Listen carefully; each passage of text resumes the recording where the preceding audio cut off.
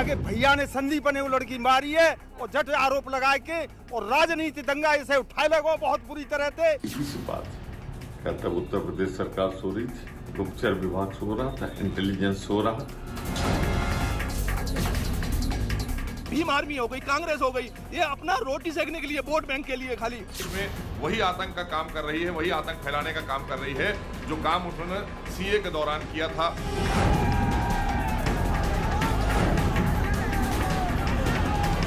अरे बदनाम उसको किया जाता है जिसकी इज्जत हो।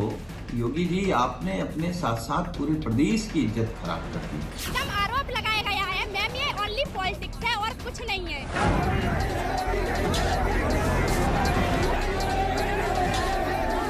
कल मथुरा से 4 पीएफआई के सदस्यों की गिरफ्तारी इस बात की पुष्टि करती है करके अन्याय कर रहे हैं, ये अन्याय नहीं होना चाहिए।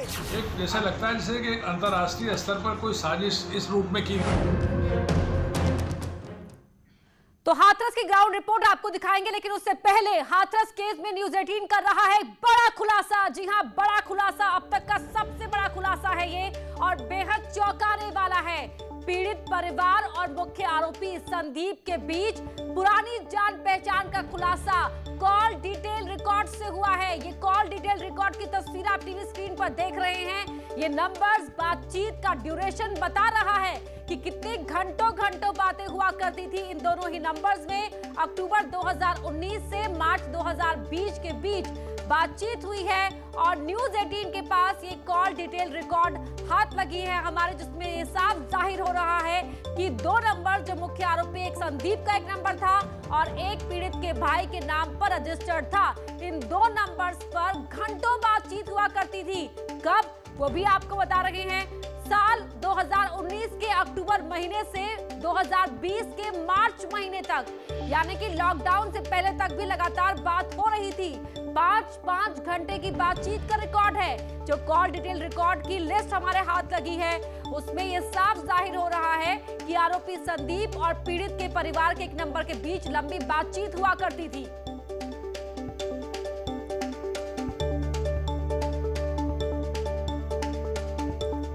और राजीव हमारे सहयोगी लाइव जुड़ रहे हैं हमारे साथ, ऋषभ भी हमारे सहयोगी फोन लाइन पर जुड़ चुके हैं। ऋषभ, पहले आपका रुख करना चाहेंगे, तो बड़ा खुलासा है क्योंकि इस खुलासे के बाद पूरी कहानी ही घूमती हुई नजर आ रही है।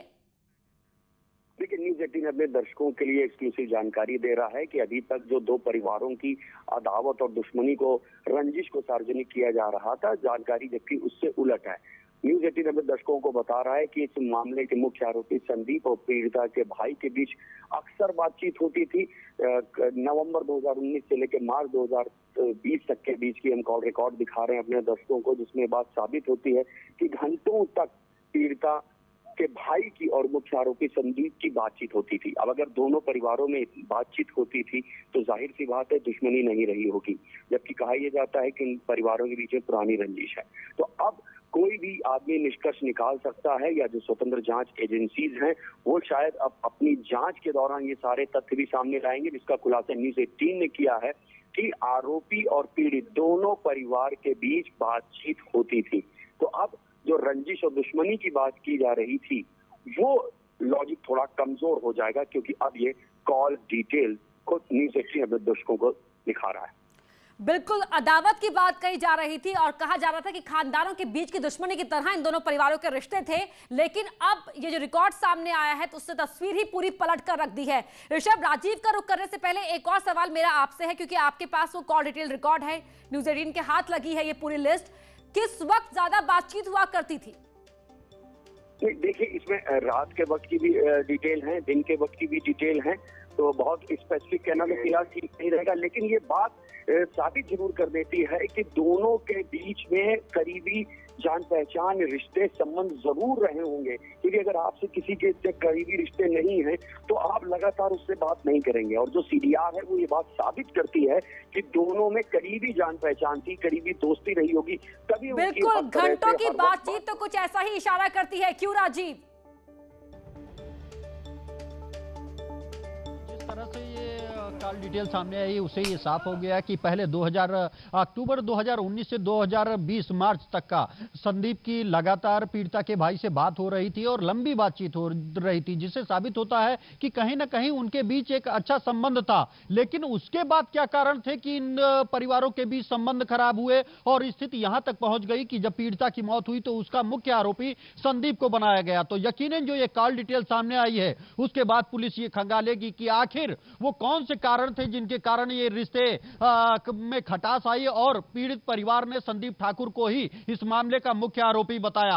हालांकि पहले दिन से ही ये सवाल उठ रहे थे क्योंकि ये मामला इतना पॉलिटिकल हो गया है, इस तरह से इस पर राजनीति की जा रही है कि अब कहीं ना कहीं सरकार को भी जांच करने में दिक्कत आ रही थी। पहला ये मौका था, आपको याद होगा कि पीड़ित परिवार ने नार्को टेस्ट कराने से मना किया था, सीबीआई जांच पर विश्वास नहीं जताया, जबकि योगी सरकार लगातार ये दावा कर रही थी कि पीड़ित परिवार जो जांच चाहता है वो कराने को तैयार है। आज भी योगी सरकार ने सुप्रीम कोर्ट में जो राजीव, एक और चीज समझना चाहेंगे हम आपसे दर्शकों के लिए कि नंबर तो भले ही पीड़ित के भाई के नाम पर रजिस्टर्ड था, लेकिन उसका इस्तेमाल कौन कर रहा था, क्या इस बारे में चीजें स्पष्ट हो पाई हैं?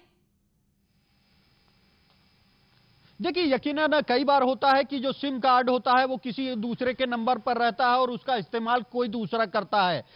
ये तमाम वो चीजें हैं जो जांच का विषय है और इन पर चाहे वो एसआईटी हो या फिर जो लोकल आईओ के साथ, अब क्योंकि मामला ये सीबीआई को देने की सिफारिश की गई है, उससे पहले जो एसआईटी जांच कर रही है वो भी इस एंगल पर जांच कर रही है। और यही कारण है कि जांच के दौरान जहां ये खुलासा हुआ था कि इस पूरे मामले में एक अंतरराष्ट्रीय साजिश के तहत सरकार को बदनाम करने की कोशिश की गई, तो वहीं अब ये कॉल डिटेल्स भी सामने आई हैं, जिसके आधार पर आने वाले दिनों में तस्वीर और साफ होगी। बिल्कुल, कुछ और परतें खुलकर सामने आ सकती हैं। अनामिका हमारे साथ जुड़ी हुई हैं हाथरस से, जो वहां पर ग्राउंड पर मौजूद है, ग्राउंड रिपोर्ट वहां का हाल बताने के लिए। अनामिका, जो ये तस्वीर सामने आई है, न्यूज़ 18 के पास जो कॉल डिटेल रिकॉर्ड हमारे हाथ लगा है, उसने तो उन तमाम थ्योरी को बल दे दिया है जो कहा जा रहा था गांव वालों के बीच, दबी जबान में जो बातें कही जा रही थी, पूरा कहानी को घुमा कर रख दिया है।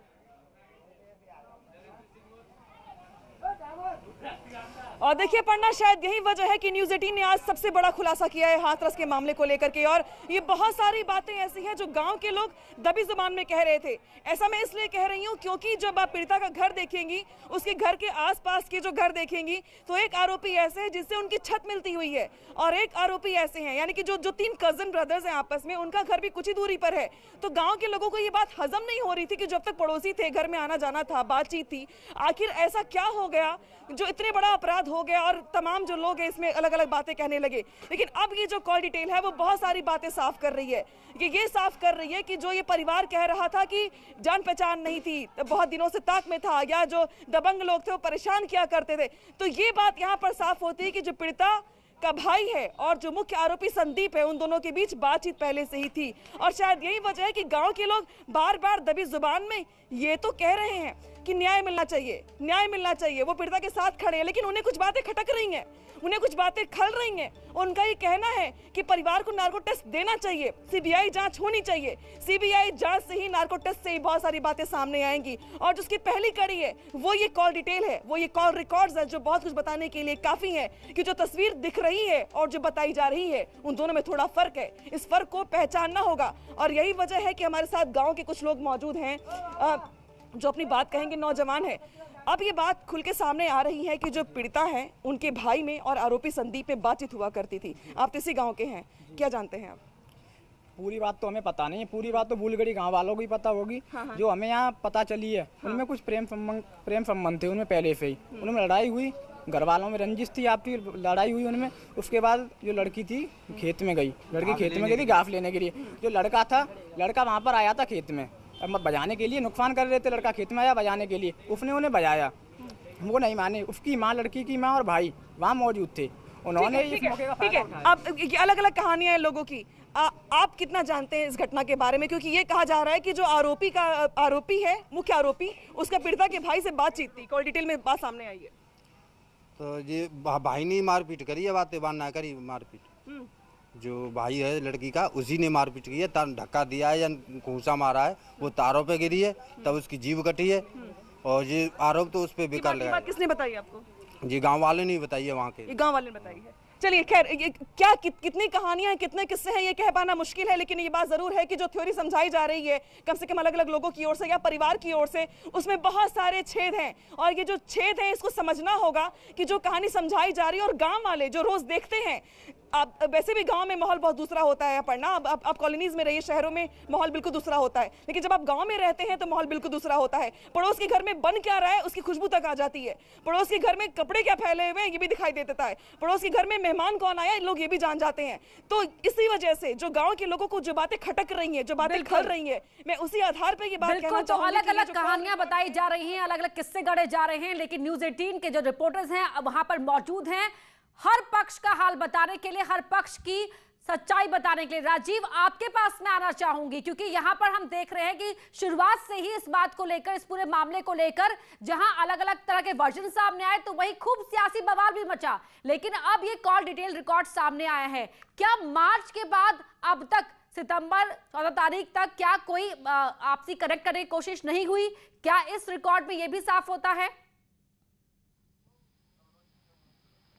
देखिए, अगर घटनाक्रम पर आप नजर डालेंगे तो पहले दिन से ही, चाहे वो लोकल स्थानीय स्तर का इन्वेस्टिगेटिंग ऑफिसर हो, समीक्षा अधिकारी हो, या फिर उसके बाद जो एसआईटी टीम गई, उसके पास ऐसे कई सवाल थे जिस पर सवाल उठ रहा था। पीड़ित परिवार का नार्को टेस्ट के लिए राजी ना होना, सीबीआई पर भरोसा न करना। अमूमन जब कोई घटना होती है तो पीड़ित परिवार खुद कहता है कि हमारा नार्को टेस्ट कराया जाए, तो कहीं ना कहीं ये कोशिश है कि कुछ छुपाया जा रहा है। जो कॉल डिटेल आई है उससे यह साबित होता है कि पहले मार्च 2020 से पहले इनके रिश्ते काफी अच्छे थे, लेकिन लॉकडाउन के बाद आखिर वो कौन सी परिस्थितियां बनी, कौन सा घटनाक्रम हुआ जिसके आधार पर अब पीड़ित परिवार उस संदीप ठाकुर को मुख्य आरोपी बता रहा है जिससे उसका बड़ा भाई घंटों बात करता था। तो ये तमाम जो फैक्ट हैं, ये कॉल डिटेल हैं और लोगों के बयान हैं, इनके आधार पर एसआईटी, क्योंकि अभी फिलहाल एसआईटी ही जांच कर रही है, वो तमाम साक्ष्य संकलित करने का प्रयास कर रही है, जिससे ये कहीं ना कहीं आने वाले दिनों में इस घटना का खुलासा हो। क्योंकि मुख्यमंत्री ये चाहते हैं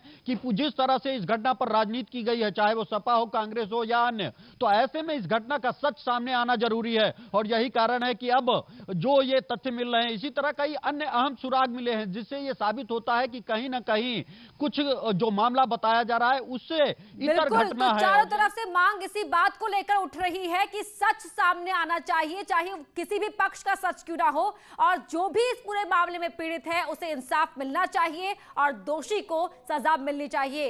अनामिका, क्योंकि आप वहां हाथरस पे मौके पर मौजूद है, अब मैं चाहूंगी कि आप हमारे दर्शकों को बताएं वहां पर किस तरह से अब नई नई बातें निकलकर सामने आ रही है, क्या चाह रहे हैं वहां के लोग। Over to you Anamika.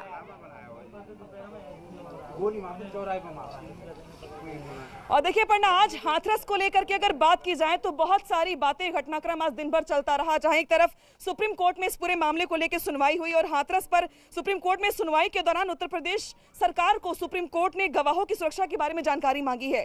Supreme court ने यह कहा है कि जो गवाह है इस पूरे मामले को लेकर इनकी सुरक्षा सुनिश्चित करनी चाहिए।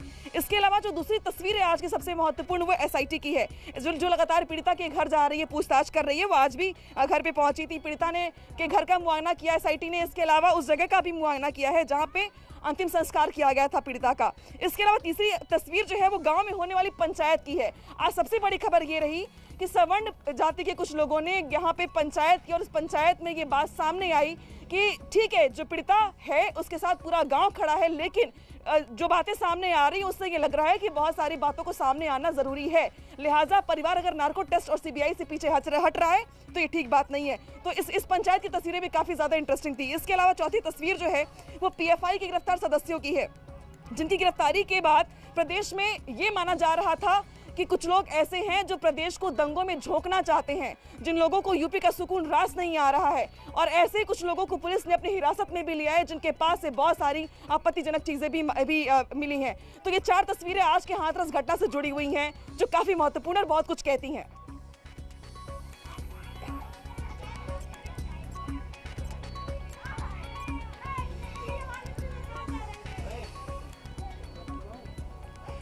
और यूपी में दंगे कराने की साजिश के खुलासे के बाद अब विपक्ष जो है वो पलटवार कर रहा है और सरकार का ये कहना है कि कहां हैं वो लोग जो अब तक पीड़िता के घर जा रहे थे, अपनी संवेदना व्यक्त कर रहे थे, लेकिन अब पीएफआई के मामले के सामने आने के बाद पक्ष और विपक्ष आमने सामने है। सुनिए कि हाथरस की घटना इसमें पीएफआई या अन्य संगठनों ने फंडिंग देके जाति युद्ध कराना चाह रहे हैं। बड़ी सीधी सी बात है। क्या तब उत्तर प्रदेश सरकार सो रही थी, गुप्तचर विभाग सो रहा था, इंटेलिजेंस सो रहा था, पुलिस सो रही थी? अपनी नाकामी छिपाने के लिए उस साजिश का नाम दे रहे हैं। ये सरकार उत्तर प्रदेश की कानून व्यवस्था नहीं संभाल पा रही। योगी जी, आपसे उत्तर प्रदेश नहीं संभल रहा तो उसको आप कहेंगे कि लोग साजिश कर रहे हैं? अरे जो साजिश कर रहे हैं उनके खिलाफ कार्रवाई करिए। विपक्ष के पास दुष्प्रचार करने के सिवाय कोई भी दूसरा मुद्दा नहीं बचा है। वे निरंतर कुछ न कुछ ऐसी बातें करने का प्रयास करते हैं जिससे समाज में विद्वेष पैदा हो, समाज में अनावश्यक उत्तेजना पैदा हो, और ये शुभ लक्षण नहीं है। ये नकारात्मक सोच डेवलपमेंट को रोकती है, और मैं आप सबका आह्वान करूंगा कि हमें विपक्ष के इस नकारात्मक सोच को पर्दाफाश करना चाहिए, जनता को बताना चाहिए। और अब इस केस से जुड़ी हुई 10 बड़ी बातें भी जान लीजिए। आज सबसे महत्वपूर्ण ये रहा कि दलित और सवर्ण समाज की पंचायत हुई। दोनों ने अलग अलग पंचायत की है। पंचायत में नार्को टेस्ट को लेकर के बात हुई, जिसको लेकर परिवार पीछे हट रहा था।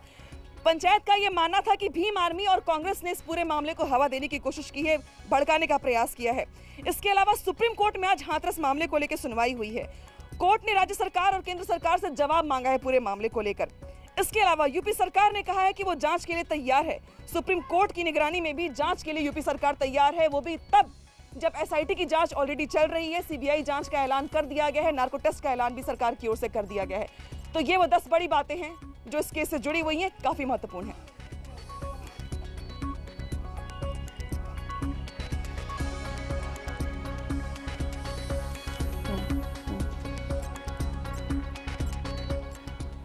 नहीं मिली है।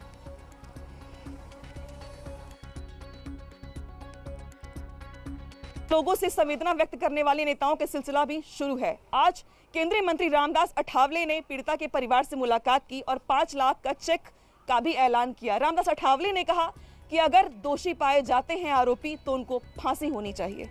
सुनिए। मौजूद है रामदास अठावले जी, जो कि आज पीड़िता से मुलाकात करने के लिए आए हुए थे। सर, मुलाकात हुई है उनसे, क्या आश्वासन दिया आपने? और एक बड़ी खबर ये भी आ रही है कि इसको दंगे का रंग देने का प्रयास किया जा रहा है कुछ लोगों की ओर से। मुझे लगता है कि कोई दंगा करने की कोशिश नहीं होनी चाहिए। पुलिस ने कोई दंगा करने वालों को रोकना चाहिए। आज मैं वो लड़की के माता पिता को मिला हूँ, उनके भाई को मिला हूँ, और उनको मैंने आश्वासन दिया है कि आप अकेले नहीं है, पूरा देश आपके साथ है। और मैं दलित समाज चाहता हूँ, मैं बाबा साहब अम्बेडकर जी का अनुयायी हूँ, मैं आरपीआई का कार्यकर्ता हूँ। जो हुआ है ये बहुत बड़ा गंभीर घटना हुई है और आरोपियों को फांसी की सज़ा मिलनी चाहिए। इसी तरह की भावना उनके पिताजी ने हमारे सामने व्यक्त की है। सर, एक तरफ आप फांसी की मांग कर रहे हैं, दूसरी ओर गांव के कुछ लोग ऐसे भी हैं जो पंचायत करके सवर्ण समाज ये कह रहा है कि भाई लड़के निर्दोष हैं, एक वर्ग को टारगेट किया जा रहा है या पंचायत चल रही है। नहीं, किसी वर्ग को टारगेट करने का विषय नहीं है। लड़के अगर वो फुटेज में जिनके फोटो आए है या जो आरोपी है, तो आरोपियों को जो आरोपी है वो पकड़े गए हैं और उनको टारगेट करने का विषय नहीं है। कोई ठाकुर समाज, हमारा ऐसा समाज है, ठाकुर समाज को टारगेट की बात नहीं है। और ठाकुर समाज के सभी लोगों को तकलीफ दे रहे हैं, ऐसा बिल्कुल नहीं है। जो 4 लोग हैं, जो 4 नौजवान हैं जिन्होंने अत्याचार किया है, उनकी मारपीट की है लड़की की, तो ऐसे लोगों को पकड़ा है, पूरे ठाकुर समाज को नहीं पकड़ा है। आखिरी सवाल, मुख्यमंत्री योगी आदित्यनाथ से क्या मिलने वाले हैं आप जल्द इस मामले को लेकर? हाँ, तो मेरी परसों मुख्यमंत्री जी से टेलीफोन बात हुई थी और मैंने उनको बोला था कि मैं आज इधर जा रहा हूँ, तो यहाँ की जो परिस्थिति है मैं उनको बताऊँगा। और यहाँ खाली एक मांग है कि भाई डीएम के ऊपर थोड़ी कार्रवाई होनी चाहिए, तो उसके संबंध में जरूर मैं सीएम से बात करूँगा। लेकिन अभी पुलिस ने स्ट्रिक्ट एक्शन ले ली है, पूरे आरोपी को पकड़ लिया है।